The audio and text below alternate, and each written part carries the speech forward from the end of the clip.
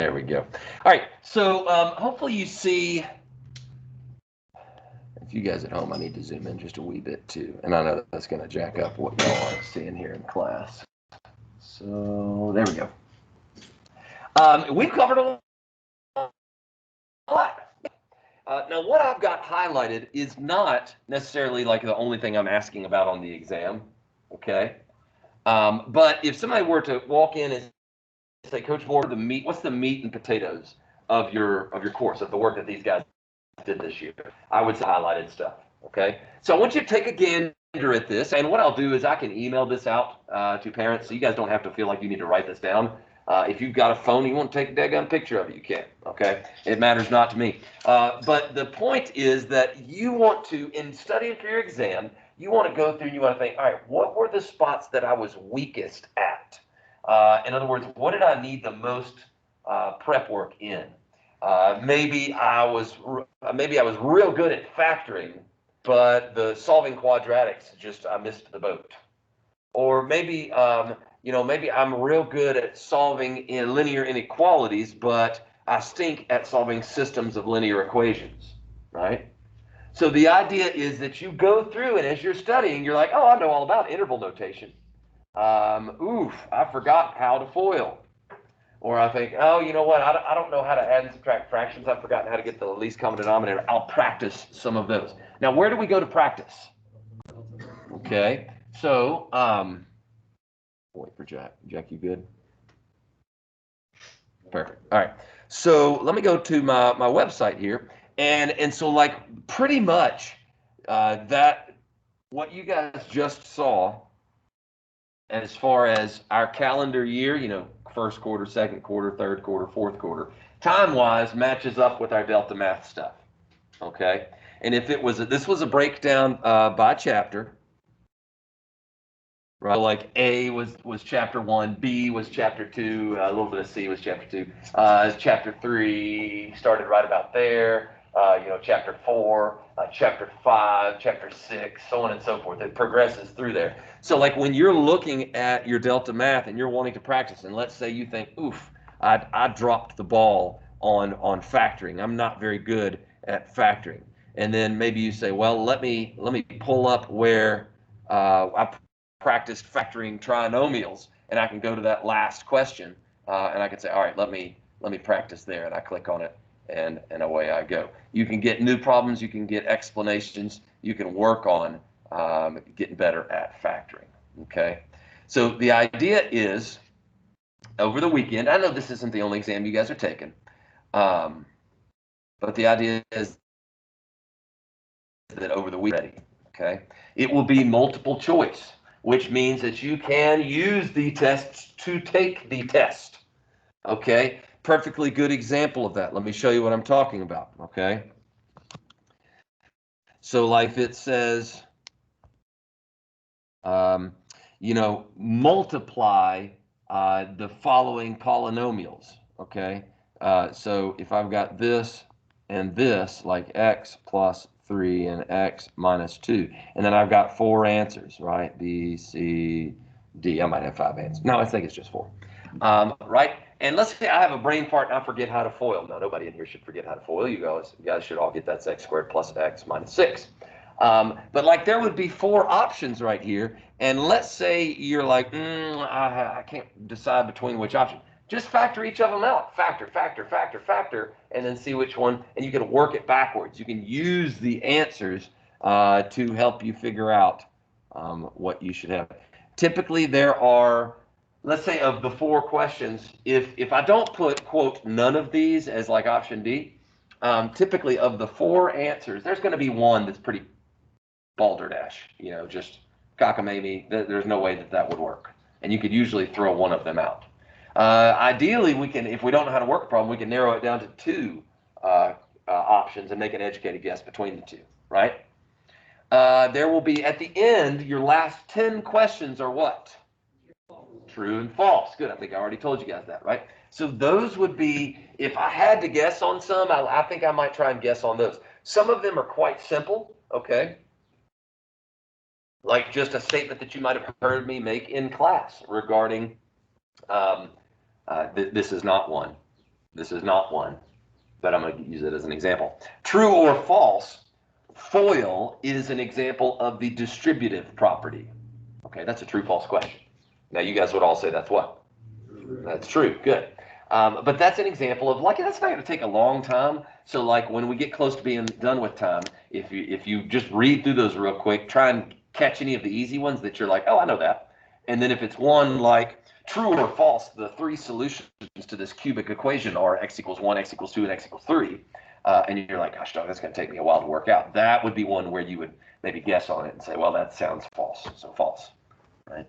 You guys have any questions about the sort of overall structure or logistics of how that exam is going to work? Paul? Yes. So I wouldn't really call this a study guide. I would just call this like a list of topics. But what I'll do is Tiago is going to email me a little bit later about his Delta Math login info. And in Tiago's email, he's going to kindly remind me to do what? Yeah, boy. And when I reply to him, I'll be in that. I will remember, and I'll say, "Oh, I'll just write everybody, and I'll copy this to you on there." Okay. All right. Here's what I thought it might be beneficial to do then. This is a sheet that Mr. Perry likes to give his incoming freshmen, maybe in August, just as a check to see how they are doing on their algebra preparation. So I'm going to ask you guys for a couple of minutes here to work the following questions. I want you to practice work number 4, number 5, number 7, and number 10. Okay? So these are free response or open-ended questions, and so obviously you don't have any multiple choice options to select from.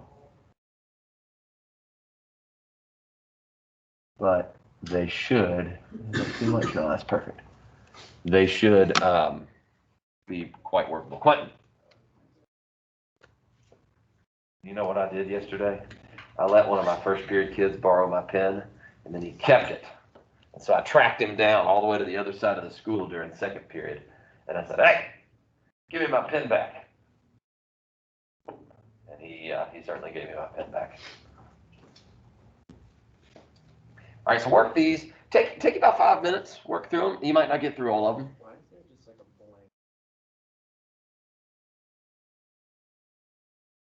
a blank? That should be M. I think that's probably a typo or something kooky happened when. Let me do this. There we go. Good spot, Jake. Something didn't copy over when I did my cut and paste.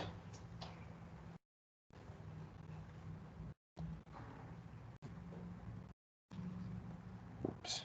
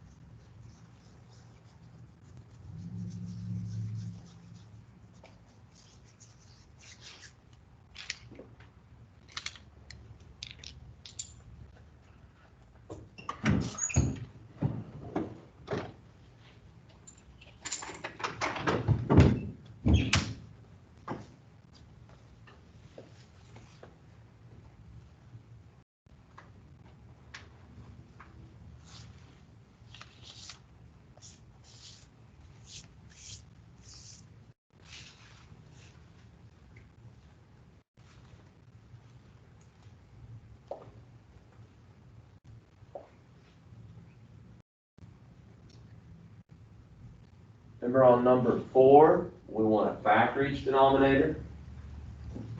And therefore we can, after we factor each denominator, we can find the least common denominator, something that's missing from each denominator. Julie, would you like a writing utensil other than a Sharpie? What? You're good? Okay. It's not bleeding through on the desk, I hope. Good. Didn't think that you do your leg.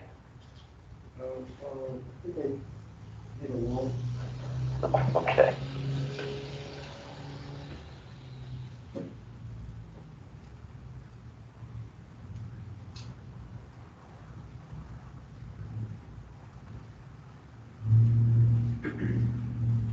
Mossy, can you see that? Okay.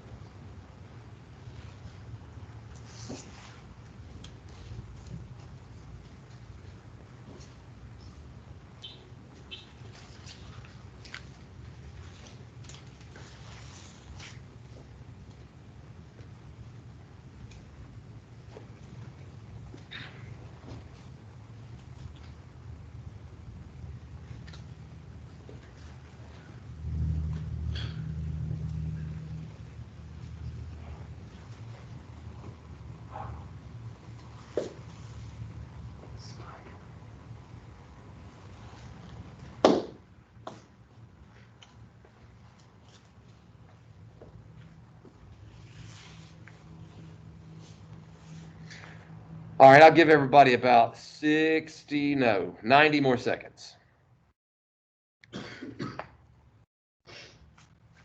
Number 4 and number 10 should be the ones that take the longest, so you might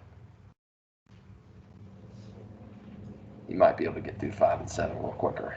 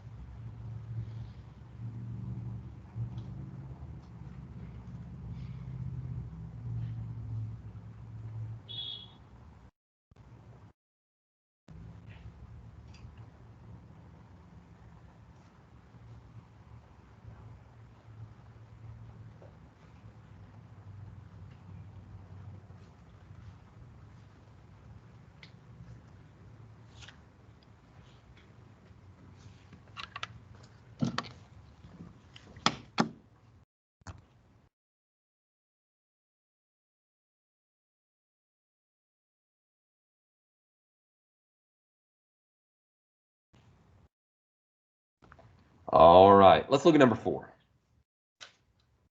Okay, I'm just going to get some of you guys to sort of help me read. Factor that first denominator. George, factor the second denominator. Joe, factor the third denominator, please. All right, so read, what do we got?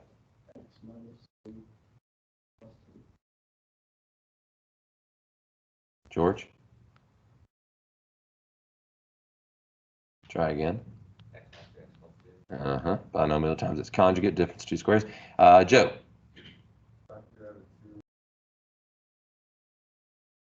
Beautiful, beautiful. All right, so we want to ask ourselves the question, what's missing from each fraction? Because each fraction's denominator needs to be the same, we want the least common denominator. And we could go through circle each new factor raised to the highest power. And so sort of doing 2 steps in one here. I'm going to change color to red, and Lewis is going to tell me what we should put in that first fraction. What's it missing?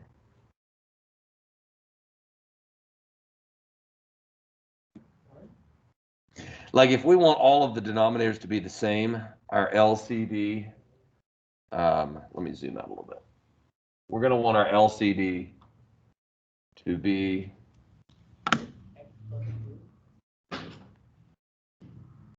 x minus 3, x plus 2, x minus 2. I'm just reading from left to right. So we want one of these, we want one of these, we want one of these, we want one of these. All right, we already talked about this. We want one of these, we want one of these. Okay, we already talked about this.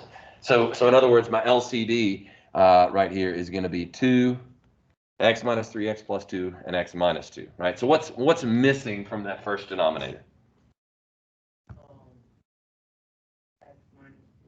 Good. So I need a 2 and an x minus 2. So I'm going to put that on top, right? So I put in a 2 on the top and a 2 on the bottom. That's like multiplying by a clever form of 1. I put an x minus 2 up at the top. Now, there already was 1 up there, so I just squared it. And then I put an x minus 2 at the bottom. Fabulous. All right, so Ben, what's missing from that middle fraction now?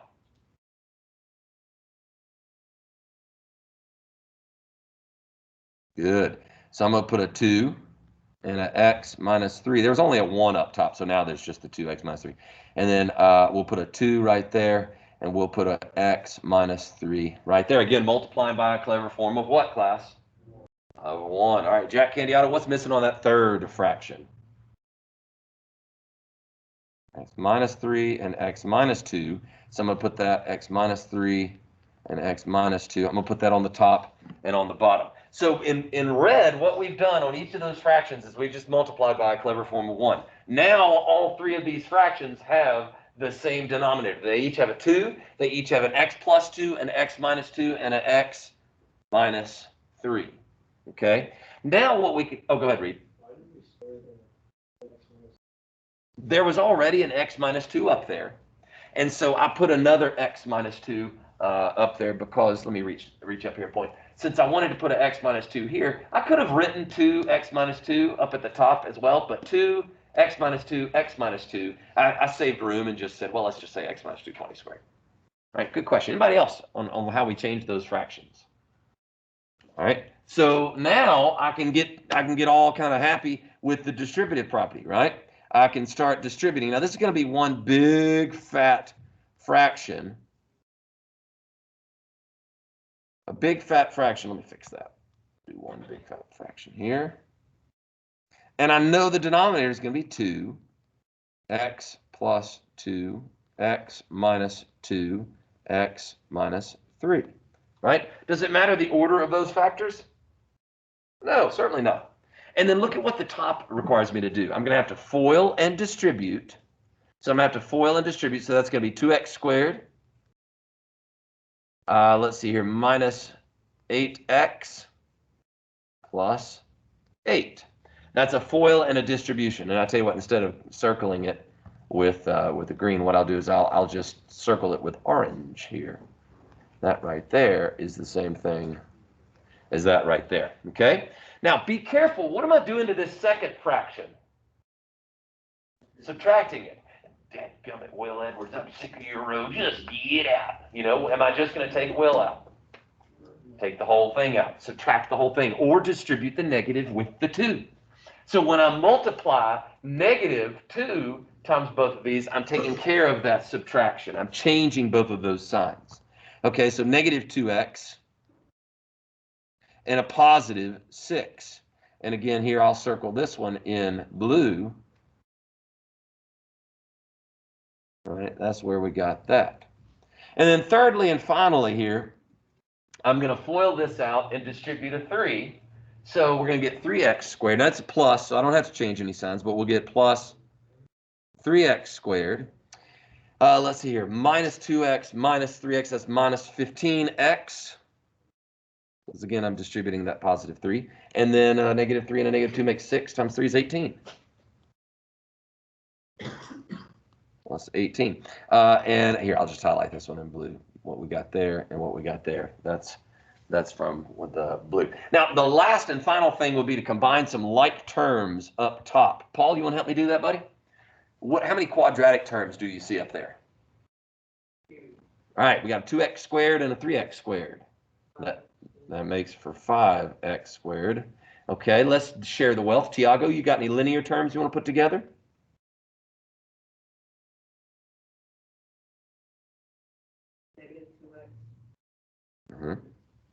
So I see a negative 8x, a negative 2x, that makes negative 10x, and then another negative 15x is going to make negative,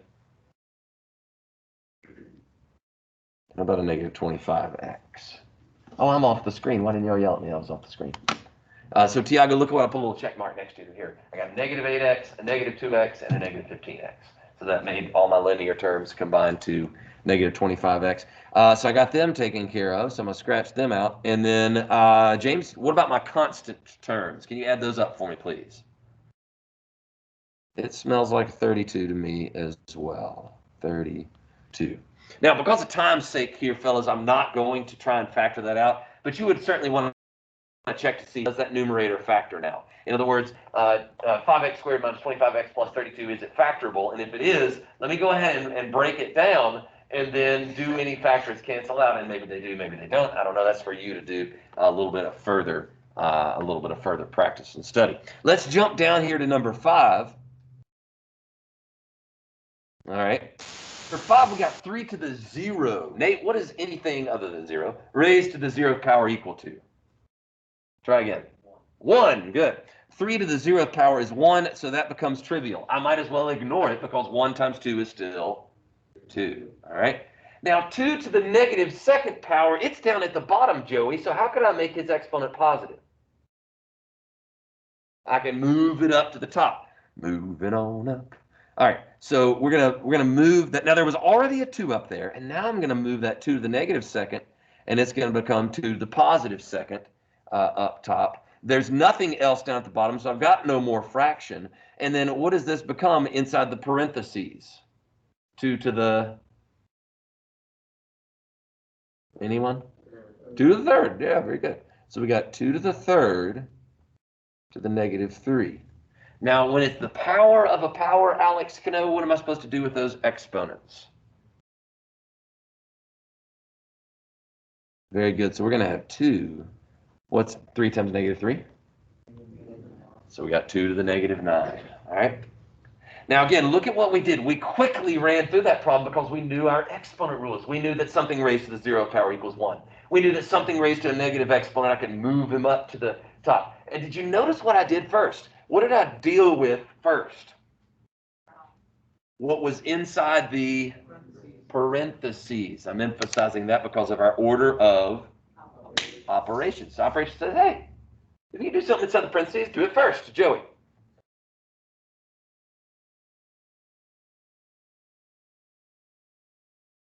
It'd be 1 over 2 raised to the positive 9th. Either of those answers would be sufficient. Either one of them.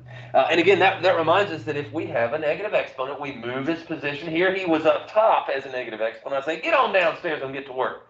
And he becomes, he changes his sign. His exponent becomes positive in that case. Great question, Joey. Anybody else with questions? Quentin. Thank you. I was about to say, I don't have it memorized past 2 to the 5th. 2 to the 5th being 32. If you've ever played the game 2048, that's a great exercise for memorizing powers of 2. And thank you, Quentin, for the good question, and James for the good answer. Now, let's jump on over here to number 7. All right, and again, inside, I notice 45 over 5. I'm going to go ahead and simplify that down. I notice m cubed over m to the 1st. I'm going to simplify that down. And I notice n squared over n to the 4th. I'm going to go ahead and simplify that down. So I'm going to get 9 m squared over n squared, just by simplifying down the fraction. Yes? Okay, now I've got the square root of a fraction. And Andrew is going to tell me, how do I handle the square root of a fraction? Break it off into 2 parts. Good. Let's do the square root of the top and the square root of the bottom. And in fact, since the top is a product in and of itself, why don't we get fancy? We'll do the square root of 9 and the square root of m squared. We'll just square root everything since they're products. What's the only thing that would halt me in that kind of splitting up process? A plus or minus block. Okay, so like if that was 9 plus m squared, I could not split it up and do square root of 9, square root of m squared. All right, but as it stands here, be careful. Ooh, be careful. How does this simplify down? What are you guys going to tell me it simplifies down to?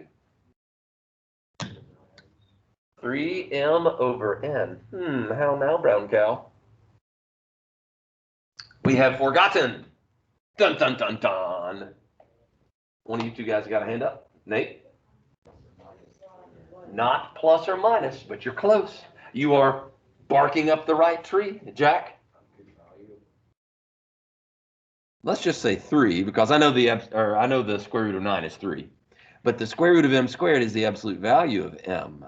And I know the square root of n squared is the absolute value of n, right? That is because I can't say that it just equals n, for example, in the denominator, because what if n was negative? What if n was negative? Well, n squared, a negative squared, would be positive. N to the fourth, a negative number to the fourth, would be positive. So those negatives would come out in the wash. And yet, if n was negative and I didn't have my absolute value over here, I would have this being a negative number. And again, we can't have a negative number. All right. I guess we done run out of time on number 10. But you guys could chew on that one. My recommendation would be to make this c minus 2 over c minus 2 and subtract 1 over c minus 2. Combine that, turn that into a fraction, whatever kind of fraction that's something over something else. And then 1 over that, you would flip it. So it would become 1 minus b over a, whatever that might be. And you can work it out accordingly. Jack. What last thing did we do number 4? Say that again. What last thing did we do number 4? Number 4. Ooh, okay. Let's see here. Maybe I'm gonna ballpark it at 5. Let's look. Properties of exponent, multiplying polynomials, dividing. No, I bet it's chapter 6. It's rational expressions. Wherever we covered rational expressions. Was it 7? I bet it was not. Yep. 7.2. 7.2. So where we did, yeah, there we go. There's some examples that look like that. Guys, I love you. Have a great weekend. Thank you, Joey, for the donuts. I hope y'all enjoyed it. And have a blessed day. Live Jesus in our hearts. All right. See y'all bright and early on Monday. Thank you, Coach. You're very welcome. And Tiago, don't forget to email me. Thank you, Quentin. You too, buddy. All right.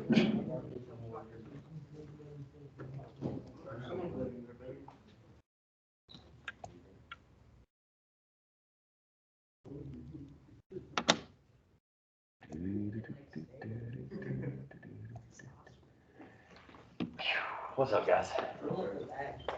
Uh-oh.